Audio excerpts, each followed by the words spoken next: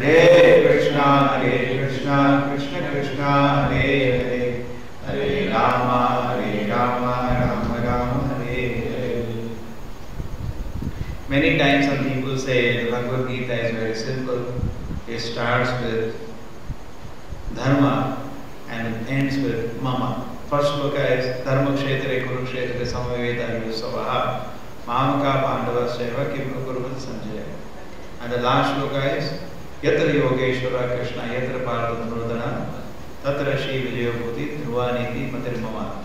Mama Dharma. So Bhagavad Gita means my duty. Do your duty, no need to read Gita.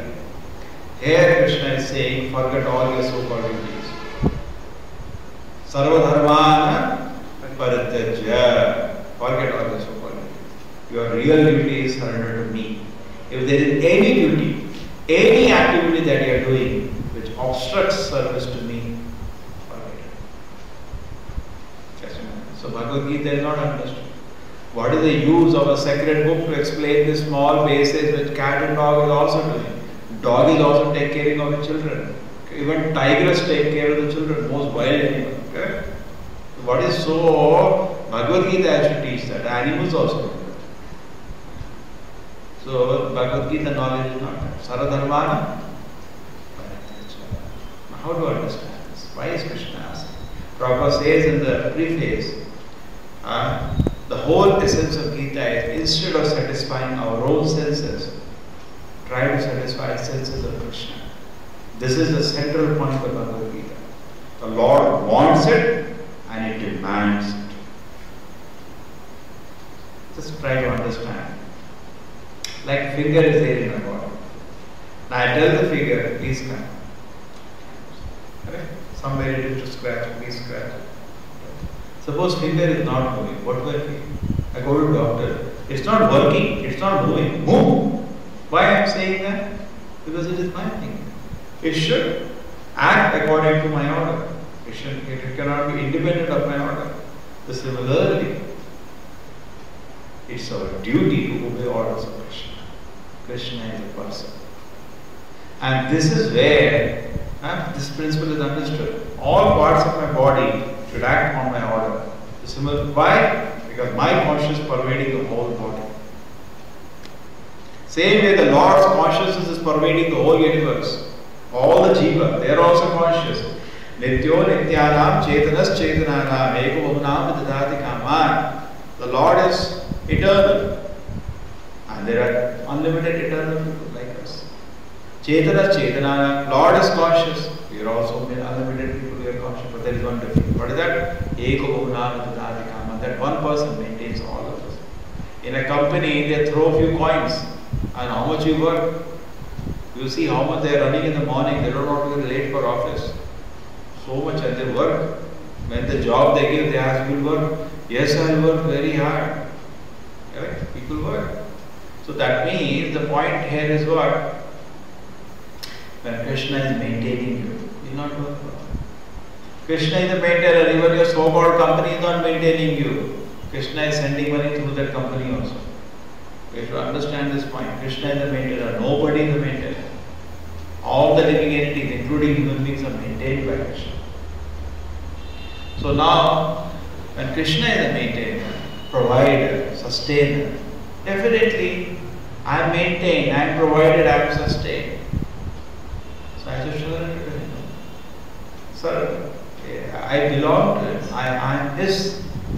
I am not God. I am God's. Some people have a misunderstanding. They are God. You are not God. You are God's. That is property. And you should. But then how to surrender? What is surrender? Some people go to temple and they give a big shashtang. Surrender away. It's not such a joke. Surrender, Chaitanya Mahaprabhu will explain, involves 6 principles. The first principle is that anything favorable for Krishna consciousness, we should accept. It's like Prabhupada says, chant Hare Krishna every day 16 rounds. Accept it. No, Prabhupada says, don't do some bad things, intoxication, gambling, illicit sex. You cannot directly surrender to Krishna. You have to surrender to the representative of your devotee. Where you are seeing Krishna. You are seeing this great Acharya. Surrender. So there are 4 principles. Intoxication, gambling, illicit sex means avoid that. And even above that, the primary thing, chanting Hare Krishna. Do that, remaining four will automatically fall. Do this first. This is the surrendering process. Then after that, third one, first is do what Krishna wants, two is don't do what Krishna does not want, three, always understand that Krishna is my protector. And understand, Prabhupada is saying therefore in the purport, always be under the shelter of Krishna. Understand that He is my protection. And then Krishna is my guide. Fourth. And then fifth, always meek and humble in front of Krishna. There is always inferiority complex in front of the Lord. Lord is very great, very small. How can small look equal to the Lord? Don't try to artificially imitate Nanda Maharaj and Gopas. And we know it's a very advanced condition. The Lord comes under protection of His devotee. That is a condition. That is a transcendental situation. But we are not now entering Vrindavan. Now let us understand. Today, when we worship Radha Krishna also in the temple, we worship them as Lakshmi Narayana. And first we have to understand Krishna's glories, how Krishna is so great. We should not become sahaji. Don't make devotion to Krishna cheap and start imitating exalted devotees. So always be meek and humble in front of the Lord. And number 6, have no desire other than desire of the Lord. But be carelessly in this world. What happens is that we get infected with so many things. We almost have to get infected. So many unwanted diseases have infected us. And because of that, we are not able to purely meditate on the lotus feet of Krishna. Yes. Karanam Guru Sangvasya Sadasat Janma. So here, begin the surrendering process. If you are pure, it is easy to surrender. You are not pure, okay. You are in Tamamuna, it doesn't matter. Begin the process of surrender. Does not matter anywhere you are. Start chanting Hare Krishna. Begin the process of surrender. As you take up the process of surrender, what is going to happen is that gradually we become Nimitra Matrena Bhavasakasa. That's what Bhagavad Gita Krishna says. Just become an instrument in my hand. And that is not ordinary actually. And that is an extraordinary condition. A person lives in this world only at the lotus feet of the Lord, just wanting to be used by the Lord in His service. Lord has a mission. This creation is not with an accident. This is a mistake scientists are making today. With all their, even if give them benefit of doubt, they want to know the truth. Because if they are really seeking for truth, they should have understood God. Bahunama Janavanamante. There are many scientists who accept God. It's not that all scientists are jokers. But some are jokers. Somehow, foolishly, with all dull-headed, poor fund of knowledge, they say there is no God. Actually, a person has to be a proper to say, if a person says there is no God, he is a madman. Pagal. Only a pagal man will say there is no God. Not all scientists are pagal, but there are some really go crazy. They are stubborn pagal. You cannot even talk sanity to them. And these pagals have this thing that there is one grand unified theory, one equation we will get. Now they have some particle boson, Higgs boson. They very, very embarrassing and shamelessly named it God particle. Actually, they didn't name, but finally they were entertaining themselves because that's a tendency of the atheist. They somehow want to kill God. There was a Kamsa who was physically trying to kill God. These people also in another way philosophically try to kill God. Tendency is same like Kamsa or Shishupala. They are not less.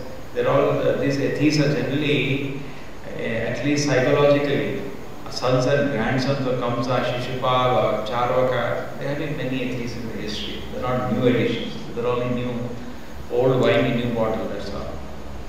So the point mistake they are making is that they are thinking finally absolute truth, the source of everything is an energy. It is an energy. It is a person. God is a person. And if you want a final theory, final one-line answer of the equation of the universe, it is this: Sarva Dharman Parityaja Mam Ekam Sharanam Praja Aham Tvam Sarvabhyo Moksha Visham If you want to know final truth, this is the truth. Nothing is higher after this. Final, highest truth, Krishna is delivering. If suppose you could contact Krishna in the spiritual world, Krishna, one line tell me, what should I do? That's all. Please give Krishna and say, you will hear the voice. Sarvadharvan parityajya mam ekam sharanam vrajyo aham tvam sarvapapebhyo mokshesha vishamasa. Just one line answer, one line order by Krishna. There is nothing to add and take. If somebody accepts this one shloka, his whole life will be successful. But we have to be fortunate actually to accept this order of Krishna, and our life becomes successful. If somebody can absorb this, and whatever, don't worry, any disqualifications are there, don't worry. Krishna is very merciful. More than we are eager to take his shelter, Krishna is eager that we become perfect. So Krishna is, if we take one step, God takes 10 steps. It's a famous statement. It's very true. We just have to show eagerness and sincerity and seriousness to completely surrender and become an instrument in Krishna's hand. Krishna will pick us up.